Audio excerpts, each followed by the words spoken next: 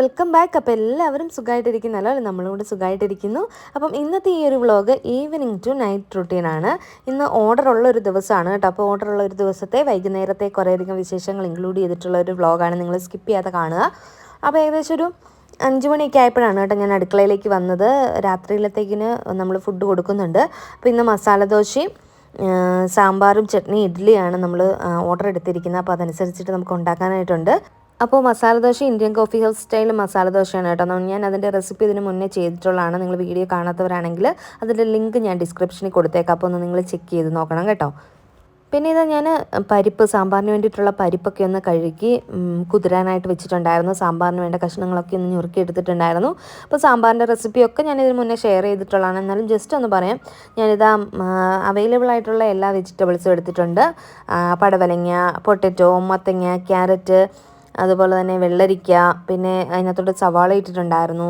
അപ്പോൾ അങ്ങനെയുള്ള വെജിറ്റബിൾസ് എല്ലാം ഒരേ സൈസിൽ തന്നെ കട്ട് ചെയ്തെടുത്തിട്ടുണ്ടായിരുന്നു. വഴുതനങ്ങ, അപ്പോൾ അതെല്ലാം പരിപ്പിട്ട് കൊടുത്തിട്ട് അതിലേക്ക് ഈ വെജിറ്റബിൾസ് എല്ലാം ഇട്ട് കൊടുക്കുകയാണ് കേട്ടോ. ഞാൻ ഈ കൂട്ടത്തിൽ വെണ്ടയ്ക്കയും തക്കാളിയും മുരിങ്ങയ്ക്ക ഇടത്തില്ല, ബാക്കിയെല്ലാം ഇടും കേട്ടോ. എന്നിട്ട് അതിലേക്ക് ആവശ്യത്തിന് വെള്ളമെല്ലാം ഒഴിച്ചു കൊടുത്ത് ഉപ്പ് ഇട്ട് കൊടുത്ത് കുറച്ച് കായപ്പൊടിയും കൂടി ആ സമയത്ത് തന്നെ ഇടും. അതിന് കൊടുത്ത് കുറച്ച് മഞ്ഞൾപ്പൊടിയും കൂടി ഇട്ട് കൊടുത്തിട്ട് ഇത് മൂടി വെച്ചിട്ടൊന്ന് കുക്കറിൽ വിസിലടുപ്പിക്കാൻ പോവാണ്. ഞാനൊരു 2 വിസിലടുപ്പിക്കും കേട്ടോ. അങ്ങനെ അതെല്ലാം നന്നായിട്ടൊന്ന് മിക്സ് ചെയ്തിട്ട് കുക്കറിൻ്റെ മൂടി വെച്ച് അടച്ചിട്ട് വിസിൽ ഇട്ട് കൊടുത്തിട്ട് ഒന്ന് കുക്ക് ചെയ്യാനായിട്ട് വെക്കുകയാണ്. മീഡിയം ഫ്ലെയിമിൽ വെച്ചിട്ട് 2 വിസിൽ. അപ്പോൾ അത് അവിടെ ഇരുന്നൊന്ന് വിസിൽ വരട്ടെ. ആ സമയം കൊണ്ട് ഇനിയിപ്പോൾ മസാലയ്ക്ക് വേണ്ടിയിട്ടുള്ള കഷ്ണങ്ങളൊക്കെ ഞാൻ റെഡിയാക്കി വെച്ചിട്ടുണ്ടായിരുന്നു. അതിന് വേണ്ടിയിട്ട് ഇന്ത്യൻ കോഫി ഹൗസ് സ്റ്റൈൽ ആയതുകൊണ്ട് തന്നെ നമ്മൾ ബീട്രൂട്ടാണ് കേട്ടോ. ബീട്രൂട്ട് എടുത്തിട്ടുണ്ട്, പൊട്ടറ്റോ എടുത്തിട്ടുണ്ട്, ക്യാരറ്റ് എടുത്തിട്ടുണ്ട്. അപ്പോൾ ബീട്രൂട്ട് എന്ന് പറയുന്നത് 1 ബീട്രൂട്ടും 2 ക്യാരറ്റും 4 പൊട്ടറ്റോ ആണ് കേട്ടോ എടുത്തിരിക്കുന്നത്. ഇനിയിപ്പോൾ ഇത് നമ്മൾ കുക്കറിൽ ഇട്ടിട്ടൊന്ന് വേവിക്കാൻ പോകണം. നന്നായിട്ട് വേവിച്ചെടുക്കണം, കാരണം മസാല റെഡിയാക്കാനല്ലേ നമുക്ക് നന്നായിട്ട് ഉടച്ചെടുക്കേണ്ടതാണ്. അപ്പോൾ അതുകൊണ്ട് തന്നെ ഒരു 3-4 വിസിലൊക്കെ അടുപ്പിക്കും കേട്ടോ. അതിലേക്ക് ആവശ്യത്തിന് വെള്ളവും കുറച്ച് മഞ്ഞൾപ്പൊടി ആവശ്യത്തിന് ഉപ്പും കൂടി ഇട്ടിട്ട് നന്നായിട്ടൊന്ന് വേവിക്കുന്നുണ്ട്. അപ്പോൾ അത് അവിടെ ഇരുന്നൊന്ന് കുക്കായി വരട്ടെ. അപ്പോൾ നമ്മൾ ഡെയിലി ഓർഡർ എടുക്കുന്നില്ല, 2 ദിവസം കൂടുമ്പോഴൊക്കെയാണ് നമ്മൾ ചെയ്ത് കൊടുക്കുന്നത്. ഇപ്പോൾ പിന്നെ കുറച്ച് ദിവസത്തേക്ക് ഇനിയിപ്പം വേണ്ടാന്ന് വെച്ചിരിക്കുകയാണ്. കാരണം ദസറയുടെ സെലിബ്രേഷനും കാര്യങ്ങളും ഒരുപാട് പേര് വെക്കേഷനായിട്ട് ഇവിടെ ഇല്ല, നാട്ടിലൊക്കെ പോയേക്കാണ്. മാത്രമല്ല അത്യാവശ്യം എല്ലാവരും നൊയമ്പും എടുത്തിരിക്കുന്ന ഒരു സമയം കൂടിയാണ് അല്ലേ. അപ്പോൾ അന്നേരം നമുക്ക് ഓർഡറും വളരെ കുറവായിരിക്കും. അപ്പോൾ അതുകൊണ്ട് ഞാൻ വിചാരിച്ചു ഇനിയിപ്പം മസാല ദോശ കൊടുത്തു കഴിഞ്ഞാൽ കുറച്ച് ദിവസങ്ങൾ കഴിഞ്ഞതിന് ശേഷം ഇനിയിപ്പം ഫുഡിൻ്റെ കാര്യങ്ങളൊക്കെ നോക്കാമെന്ന്. അപ്പം എനിക്ക് വരുന്ന കമൻസൊക്കെ മടിയില്ലാതെ ഇതൊക്കെ ചെയ്യാനായിട്ട് എങ്ങനെ പറ്റുന്നു എന്നൊക്കെയാണ് ചോദിക്കുന്നത്. മടി എല്ലാവർക്കും ഉണ്ട് കേട്ടോ. നിങ്ങളെപ്പോലെ തന്നെ എനിക്കും മടിയുള്ള ദിവസങ്ങളൊക്കെ ഉണ്ടാവാറുണ്ട്. പക്ഷേ മടിയുള്ള ദിവസങ്ങളിൽ മടി പിടിച്ചിരുന്നു കഴിഞ്ഞാൽ അതിൻ്റെ പിറ്റേ ദിവസം അതിൻ്റെ ഇരട്ടി ജോലി ഉണ്ടാവും. അത് ഓർക്കുമ്പോൾ മടി പിടിച്ചിരിക്കാനും തോന്നത്തില്ല. കാരണം ഈ ജോലികളൊക്കെ ഇങ്ങനെ പെൻഡിങ് കിടക്കുമ്പോഴത്തേക്കും നമുക്ക് പിന്നെ അത് ചെയ്യണം എന്നുള്ളൊരു എന്തോ ഒരു ടെൻഷനോ സ്ട്രെസ്സോ ഒക്കെ ഉണ്ടാകും. അപ്പോൾ അന്നുള്ള ജോലികൾ മാക്സിമം അന്നൊന്നും ചെയ്ത് പോകാനായിട്ട് ശ്രമിക്കാറുണ്ട്. അതേസമയം ഒന്നും ചെയ്യാതിരിക്കുന്ന ദിവസങ്ങളും ഉണ്ട് കേട്ടോ. അപ്പോൾ ഇതാ ഞാൻ അതിനിടയ്ക്ക് ചായ വെച്ചിട്ടുണ്ടായിരുന്നു. അപ്പോൾ ഇന്ന് പ്രത്യേകിച്ച് കഴിക്കാനായിട്ട് പത്തുനൊന്നും ഉണ്ടാക്കിയില്ല. അപ്പോൾ അവൾ ബിസ്ക്കറ്റ് കഴിച്ചോളാമെന്ന് പറഞ്ഞേ. അങ്ങനെ ഇതാ ടി വിയിൽ എന്തോ കണക്റ്റ് ആവുന്നില്ല നെറ്റ്. അപ്പോൾ അതുകൊണ്ട് ഞാൻ ടാബ് ഓണാക്കി കൊടുത്തു. അവൾക്ക് ഏറ്റവും ഫേവറേറ്റ് എന്ത് കാണാനാണെന്ന് ചോദിച്ചു കഴിഞ്ഞാൽ അവൾക്ക് സുജിത് ഭക്തൻ്റെ വീഡിയോസ് കാണാനായിട്ട് ഓരോ സ്ഥലങ്ങളിൽ ഋഷിയായിട്ടൊക്കെ പോകുന്ന ആ വീഡിയോസ് കാണാൻ ഭയങ്കര ഇഷ്ടമാണ്. അപ്പോൾ അത് വെച്ച് കൊടുത്തിട്ടുണ്ട്. അപ്പോൾ അതൊക്കെ കണ്ടിട്ട് പതുക്കെ ചായയും കുടിച്ച് ബിസ്ക്കറ്റും ഒക്കെ കഴിക്കുകയാണ് കേട്ടോ. ഇനിയിപ്പം ഇഡ്ഡലിയും ദോശയൊക്കെ ഉണ്ടാക്കുമ്പോൾ അവൾക്ക് അത് കൊടുക്കാമെന്ന് വിചാരിക്കുന്നു. അപ്പോൾ അതുകൊണ്ട് ഇപ്പോൾ ബിസ്ക്കറ്റ് കഴിക്കാമെന്ന് പറഞ്ഞ് ചായയും ബിസ്ക്കറ്റും ഒക്കെ ഞങ്ങൾ 2 പേരും കൂടി ഇന്ന് കഴിക്കുകയാണ്. അപ്പോൾ അവൾ ഇത് വെച്ചിരിക്കുന്നത് കൊണ്ട് തന്നെ അത് സൗണ്ട് കേൾക്കുമ്പോൾ ഞാനും അറിയാതെ അത് കണ്ടുകൊണ്ടിരിക്കും. അങ്ങനെ കണ്ടുകൊണ്ടിരുന്ന് കഴിഞ്ഞാൽ എനിക്കിനി ഒരുപാട് ജോലികളുണ്ട്. അപ്പോൾ അത് സമയം വീണ്ടും വൈകും. അതുകൊണ്ട് ഞാൻ പെട്ടെന്ന് ചായ കുടിച്ചിട്ട് എണീറ്റ് പോകാമെന്ന് വിചാരിച്ചിട്ട് എളുപ്പം ചായ കുടിക്കുകയാണ് കേട്ടോ. ചായയൊക്കെ കുടിച്ച് വെളിയിലേക്ക് നോക്കിയപ്പോൾ ഇതാ നല്ല ചാറ്റൽ മഴ. അപ്പോൾ പെട്ടെന്ന് വന്നൊരു മഴയാണ് കേട്ടോ. കഴിഞ്ഞ വർഷം ഈ സമയത്ത് ഇവിടെ ഭയങ്കര തണുപ്പായിരുന്നു. എന്നാൽ ഈ വർഷം നേരെ ഓപ്പോസിറ്റ് അത്യാവശ്യം നല്ല ചൂടുള്ള ഒരു സമയമാണ് കേട്ടോ. അപ്പോൾ അതാ ചാറ്റൽ മഴയുണ്ട്, പക്ഷേങ്കിൽ ചൂടും ഉണ്ട് കേട്ടോ. അപ്പോൾ അങ്ങനെ ഒരു ചൂടുള്ള ഒരു ക്ലൈമറ്റാണ് ഇപ്പോൾ ബാംഗ്ലൂരിൽ. ഇനിയിപ്പം നമ്മുടെ മാസ്റ്റർ ബെഡ്റൂമിൻ്റെ വിൻഡോയുടെ സൈഡിൽ വിരുന്ന് വന്നിരിക്കുന്ന ആളുകളെ ഒന്ന് കാണിച്ചു തരാം. അപ്പോൾ നമ്മുടെ മാസ്റ്റർ ബെഡ്റൂമിൻ്റെ വിൻഡോ സൈഡിൽ ഇതാ തേനീച്ച കൂട് കൂട്ടിയിട്ടുണ്ട് കേട്ടോ. എത്ര പെട്ടെന്നാണെന്ന് ഇത്രയും വലുതായത്. നമ്മൾ നോക്കി നിൽക്കുകയായിരുന്നു ഇത്രയും വലുതായത് കേട്ടോ. നമുക്കിപ്പോൾ വിൻഡോസ് ഒന്നും തുറന്നിടാൻ പറ്റത്തില്ല, കാരണം ഇതകത്തോട്ട് കയറും. പിന്നെ പാത്തുവിന് കരച്ചിലായി, പേടിയായി. അതുകൊണ്ട് ഇപ്പോൾ എല്ലാം എപ്പോഴും ക്ലോസ് ആക്കിയിട്ടേക്കാണ് കേട്ടോ. അപ്പോൾ 2 ദിവസത്തിനുള്ളിൽ അത് എടുത്ത് മാറ്റാമെന്ന് പറഞ്ഞിട്ടുണ്ട്. അപ്പോൾ അതാ അങ്ങനെ സാമ്പാറിൻ്റെ കഷ്ണങ്ങളൊക്കെ നന്നായിട്ട് വെന്ത് വന്നിട്ടുണ്ട്. ഇനിയിപ്പോൾ മസാല ഉണ്ടാക്കാനായിട്ട് ഞാൻ ഉരുളി വെച്ചിട്ടുണ്ട്. അതൊന്ന് ചൂടായി വരുമ്പോൾ അതിലേക്ക് വേണ്ട സാധനങ്ങളൊക്കെ ഇട്ട് കൊടുത്തിട്ട് മസാല ഒന്ന് റെഡിയാക്കാമെന്ന് വിചാരിച്ചു. അതിലെ കടലപ്പരിപ്പ്, ഉഴുന്ന് പരിപ്പ്, കടുക്, കാഷ്യൂനട്ട്, ഇഞ്ചി കൊത്തി അരിഞ്ഞത്, സവോള, പച്ചമുളക് ഇതെല്ലാം ഇട്ട് കൊടുത്തിട്ട് ഇതൊക്കെ ഒന്ന് വഴറ്റിയെടുക്കുകയാണ്. അപ്പോൾ റെസിപ്പിയുടെ ലിങ്ക് ഞാൻ ഡിസ്ക്രിപ്ഷനിൽ കൊടുത്തേക്കാം, എന്തായാലും നിങ്ങൾ ചെക്ക് ചെയ്യണം കേട്ടോ.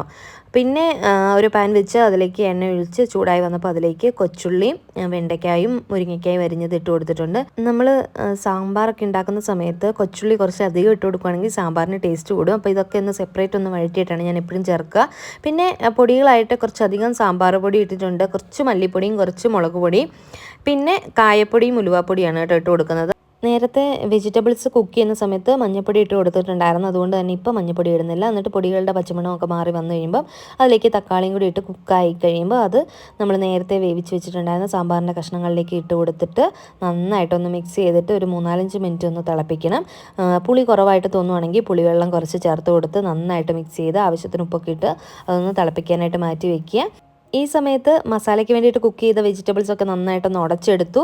എന്നിട്ട് അത് സവോള വഴണ്ട് വന്നതിലേക്ക് കുറച്ച് മുളക് പൊടിയും മഞ്ഞൾപ്പൊടി ഇട്ട് വഴറ്റിയതിന് ശേഷം ഈ ഒരു മസാലയും കൂടെ അതിലേക്ക് ചേർത്ത് കൊടുത്ത് നല്ലോണം ഒന്ന് മിക്സ് ചെയ്തെടുക്കുകയാണ് കേട്ടോ. ഇനിയിപ്പോൾ ഇത് ഒരു 3-4 മിനിറ്റ് ഒന്ന് നന്നായിട്ടൊന്ന് എല്ലാം കൂടെ ഒന്ന് യോജിച്ച് വരണം. അപ്പോൾ കുറച്ച് തിളച്ച വെള്ളം കൂടെ ഞാൻ അതിലേക്ക് ഇട്ട് കൊടുത്ത് ഒന്ന് മിക്സ് ചെയ്യുന്നുണ്ട്.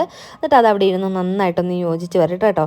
അപ്പോൾ നമ്മുടെ സാമ്പാറിനൊക്കെ വന്ന് സാമ്പാർ മാറ്റി വെച്ചിട്ടുണ്ടായിരുന്നു. അതിലേക്ക് ലാസ്റ്റ് കടുകും അതുപോലെ കറിവേപ്പിലയും വറ്റൽമുളകും കൂടെ ഒന്ന് കടുക് പൊട്ടിച്ച് ഇതിലേക്ക് ഇട്ട് കൊടുത്തിട്ടുണ്ട്. ഇനിയിപ്പോൾ അതൊന്ന് മൂടി വയ്ക്കാം. അപ്പോൾ നമുക്ക് അത് എടുക്കേണ്ട സമയമാകുമ്പോഴത്തേക്ക് ഓപ്പൺ ചെയ്യുമ്പോൾ നല്ല കറക്റ്റ് കൺസിസ്റ്റൻസിയിൽ നമ്മുടെ സാമ്പാർ സെറ്റ് ആയിട്ടുണ്ടാവും. അപ്പോൾ എന്തായാലും സാമ്പാർ അങ്ങനെ റെഡി ആയിട്ടുണ്ട്. ഇപ്പോൾ നമ്മുടെ മസാല ഇവിടെ റെഡി ആയിട്ടുണ്ട്, കണ്ടില്ലേ? ഈ ഒരു കൺസിസ്റ്റൻസി വേണം നമ്മുടെ ഈ ഒരു മസാലയ്ക്ക്. അങ്ങനെ മസാലയും കൂടെ റെഡി ആയി കഴിഞ്ഞപ്പോൾ ഞാൻ അതും കൂടെ അങ്ങ് മാറ്റി വെച്ചിട്ടുണ്ട്. ഇനിയിപ്പം നമുക്ക് ദോശയും ഇഡ്ഡലി ഉണ്ടാക്കിയാൽ മതി. അതിനിടയ്ക്ക് ചമ്മന്തിയും കൂടെ അരയ്ക്കാനുണ്ട്. അപ്പോൾ പാത്തുവാണെങ്കിൽ ഭയങ്കര കളിയാണ് കേട്ടോ, അവിടെ ഇരുന്ന് തന്നെ അവളുടെ ടോയ്സൊക്കെ വെച്ചിട്ട് ഭയങ്കര കളിയാണ്. ഇടയ്ക്കിടയ്ക്ക് വന്നിട്ട് അമ്മ ഇതുണ്ടാക്കിയത് കണ്ടോ, അതുണ്ടാക്കിയത് കണ്ടോ എന്നൊക്കെ പറഞ്ഞ് എന്നെ വിളിച്ചുകൊണ്ട് പോവും. പക്ഷേ ആൾ അവിടെ ഇരുന്ന് കളിക്കുന്നുണ്ട് കേട്ടോ. അധികം എന്നെ ഇങ്ങനെ ഡിസ്റ്റർബ് ചെയ്യാതെ അവളിരുന്ന് കളിക്കുന്നത് കൊണ്ടാണ് എനിക്കിതൊക്കെ ചെയ്യാൻ പറ്റുന്നത് മെയിനായിട്ടുള്ള കാര്യം. പിന്നെ ഇതാ നമ്മൾ അരച്ച് വെച്ചിട്ടുണ്ടായിരുന്ന മാവ് നന്നായിട്ട് പുളിച്ച് വന്നിട്ടുണ്ട്. അപ്പോൾ ഞാനത് നന്നായിട്ടൊന്ന് മിക്സ് ചെയ്ത് അതിലേക്ക് ആവശ്യത്തിന് ഉപ്പും കൂടെ ഇട്ട് കൊടുത്തിട്ട് ഒന്ന് മിക്സ് ചെയ്ത് വെക്കാമെന്ന് വിചാരിച്ചു. അപ്പം ഇഡ്ഡലി മാവാണ് കേട്ടോ ഇത്. അപ്പം ഞാൻ 2 പാത്രത്തിലായിട്ടാണ് അരച്ച് വെച്ചിട്ടുണ്ടായിരുന്നത്. കാരണം ഒന്നിച്ച് വെക്കാനായിട്ടുള്ളൊരു വലിയ പാത്രം ഇല്ലാത്തതുകൊണ്ട് 2 പാത്രത്തിലായിട്ട് വെച്ചിട്ടുണ്ടായിരുന്നു. അപ്പോൾ ഇഡ്ഡലിക്ക് വേണ്ടിയിട്ടുള്ള അതിനകത്ത് കുറച്ച് ഉപ്പിട്ടിട്ട് ഒന്ന് മിക്സ് ചെയ്ത് വെക്കുകയാണ്. അത് അധികം നന്നായിട്ട് മിക്സ് ചെയ്ത് കഴിഞ്ഞാൽ അത് ലൂസായി പോകും മാവ്. അതുകൊണ്ട് കുറച്ചായിട്ട് ഞാനിങ്ങനെ മിക്സ് ചെയ്ത് കൊടുക്കുകയാണ് ആവശ്യത്തിന് ഉപ്പിട്ടിട്ട്. എന്നിട്ട് അതൊന്ന് മൂടി വെക്കുകയാണ് കേട്ടോ. ഇനിയിപ്പോൾ ഇഡ്ഡലി ഉണ്ടാക്കാനായിട്ട് തുടങ്ങാം. അപ്പോൾ ഇഡ്ഡലി പാത്രമൊക്കെ വെച്ച് അതൊന്ന് ചൂടായി വരട്ടെ. അതിൽ എണ്ണ ഒഴിച്ച് ഇഡ്ഡലി തട്ടൊക്കെ വെച്ച് ചൂടായി വന്നപ്പോൾ അതിലേക്ക് പതുക്കെ ഇഡ്ഡലി മാവ് കോരി ഒഴിക്കുകയാണ് കേട്ടോ. അപ്പോൾ പതുക്കെ ഇഡ്ഡലിയൊക്കെ ഉണ്ടാക്കി തുടങ്ങാമെന്ന് വിചാരിച്ച സമയം ഒരു 7:30 ആ ഒരു ടൈം ആയിട്ടുണ്ട്. നമ്മൾ 8 മണിക്കും 9 മണിക്കും ഇടയ്ക്കായിട്ടാണ് ഫുഡ് കൊടുക്കാമെന്ന് പറഞ്ഞിരിക്കുന്നത്. അപ്പോഴേക്കും ദിനു വരാമെന്ന് പറഞ്ഞായിരുന്നു കേട്ടോ.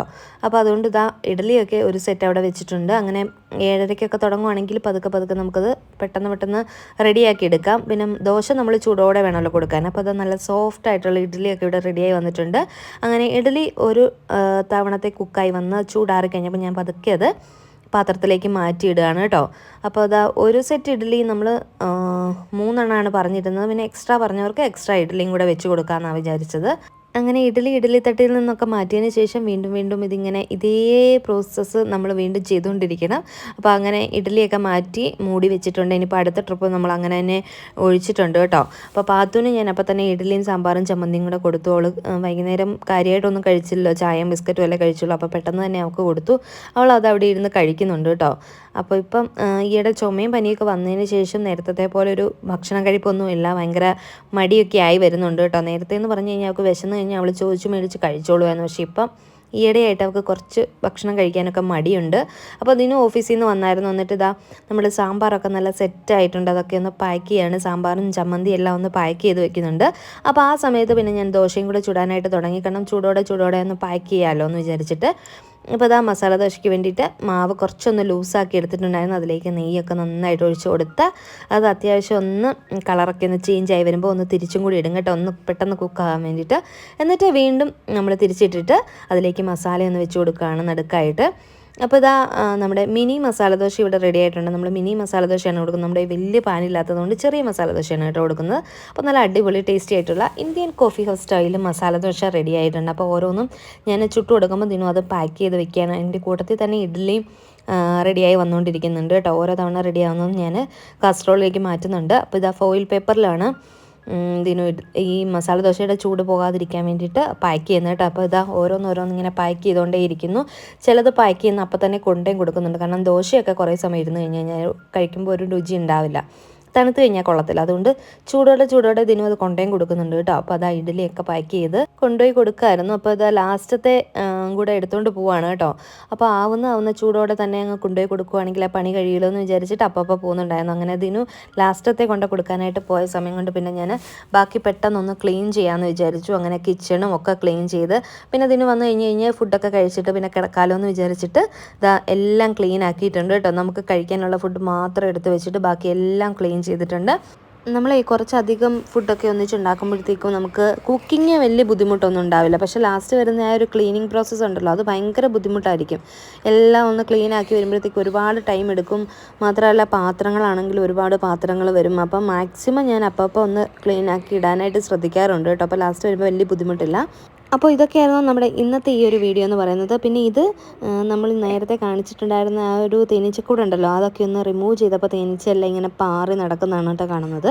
അപ്പോൾ അതൊക്കെ അങ്ങനെ മാറ്റിയിട്ടുണ്ട്. അപ്പോൾ ഇന്നത്തെ ഈ ഒരു വീഡിയോ ഇതൊക്കെയായിരുന്നു. വീഡിയോ ഇഷ്ടപ്പെട്ടിട്ടുണ്ടെങ്കിൽ ലൈക്ക് ചെയ്യാനും ഷെയർ ചെയ്യാനും കമൻറ്റ് ചെയ്യാനും സബ്സ്ക്രൈബ് ചെയ്ത് കാണുന്നവർ സബ്സ്ക്രൈബ് ചെയ്ത് സപ്പോർട്ട് ചെയ്യാനും മറക്കരുത്. പുതിയൊരു നല്ല വീഡിയോയുമായിട്ട് വരുന്നവരേക്കും എല്ലാവർക്കും നന്ദി, നമസ്കാരം, താങ്ക്